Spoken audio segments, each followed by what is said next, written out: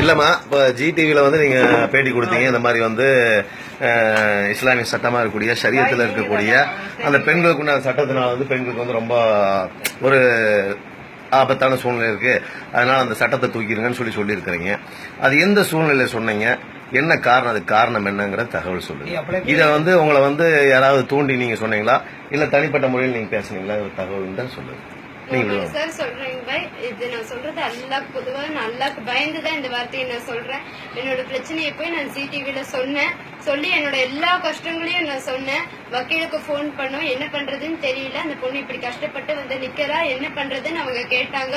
அதுக்கு வக்கீல் ஒரு வார்த்தையை சொன்னாரு, அவங்களோட நிக்கா 1க்கு 4 நிக்கா கூட பண்ணல, அது நம்ம கேட்க முடியாது. மத்தபடி அந்த பொண்ணுக்கு ஜீவன அம்சத்தையும் அந்த குழந்தைக்கு என்ன செய்யணுமோ அதை மட்டும் நாங்க ரெடி பண்ணி தருவோம், அதுக்கு மேல எங்களால ஒன்னும் முடியாதுன்னு சொன்ன அந்த சொன்ன ஒரு வார்த்தை என்னால பொறுத்துக்க முடியாதுல்ல. ஏன்னா வெறும் 3 மாசம் தான் எங்க பொண்ணுங்க வாழ்க்கையா, 3 மாசத்துல தலாக்குன்னு 3 தடவை சொன்னா நாங்க எங்க வாழ்க்கை முடிஞ்சிருமா அப்படிங்கிற ஆதங்கத்துலதான் இந்த தலாக்கு வேண்டாம், இதனால நாங்க ரொம்ப கஷ்டப்படுறோம், இந்த தலாக்கு வேண்டாம்னு சொல்லி நான் சொன்னேனே தவிர மத்தபடி யாரும் என்ன நிர்பந்திக்கவோ இல்ல எனக்கு எதுவுமே கிடையாது. இஸ்லாத்தை கஷ்டப்படுத்தணும்னா, என் சட்டத்தை நான் அவமானப்படுத்தணும்னா நான் இதை கண்டிப்பா சொல்லல. நான் சொன்னதுக்கு காரணம் என்னால நான் இந்த அளவுக்கு பாதிக்கப்பட்டும் கூட என்ன கேட்கறதுக்கு ஆள் இல்லாம நான் நிக்கிறேனே. ஏன் எனக்கு இப்படி ஒரு இது இருந்தனாலதான் எனக்கு கேட்கறதுக்கு ஆள் இல்லாம இன்னைக்கு எல்லாம் என்ன தேடி வந்து நிக்கிறீங்க. அன்னைக்கு எனக்கு கூட தேடி வந்து நிக்கிறதுக்கு யாருமே இல்ல. நான் தேடி போனப்ப கூட எனக்கு எந்த இதுவும் கிடைக்கல.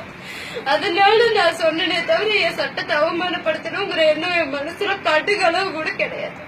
அந்த இஸ்லாமிய சரியத் சட்டத்தினுடைய பெண்களுக்கு உண்டான சட்டம் என்னங்கிறது நீங்க தெரியல. தெரிஞ்சிருந்தா நீங்க அதை வந்து அதுக்கு தகுந்த மாதிரி பேசியிருப்பீங்க. இஸ்லாமிய சட்டம் வந்து பெண்களுக்கு எந்த அளவு சுதந்திரம் கொடுக்குதுங்கிற விஷயம் வந்து உங்களுக்கு தெரியல இல்ல, அதான் விஷயம். ஓகே, இந்த அயோக்கியனால எங்களுக்கு இப்படி பேச வேண்டிய சூழ்நிலை ஆயிடுச்சு.